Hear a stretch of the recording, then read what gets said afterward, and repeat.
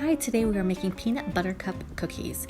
Welcome to my kitchen. Let's get started. You heard me, that's right, peanut butter cup cookies.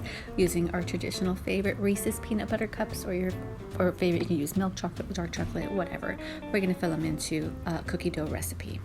You wanna use a cupcake tin and get your cookie dough recipe. So flour, baking soda, salt, some butter into your sugar, and vanilla. Cream your sugar very, very well together with your butter, and then add one egg at a time, whisking and mixing as you go along.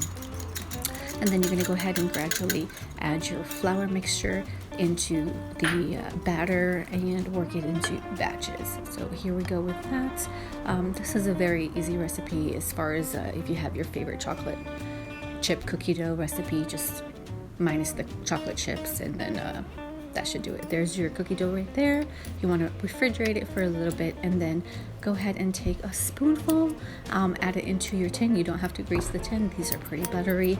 And then what I've used is a clean jar, the 4-ounce spice jar, and then I just go ahead and press it down. It sticks a little bit, so maybe flouring it might help the process. So I do it on one side, push it in. You want to go ahead and maybe use your fingers, as you can see here, to help it along, and then I turn it over to the lid cap and then really give it a good press. At this point it's pretty moist and it's given its texture and its shape, and then you want to go ahead and bake and let them cool first before you add your peanut butter cup cookies. I have the full recipe in the description box linked into the blog below, and just let them cool before you add your peanut butter cups so they don't melt too much.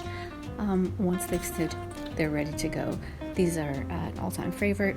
Halloween time, extra candy lying around. Try it out, let me know how it goes. Like, comment, and let me know what you want to see. Thanks for watching. See you next time.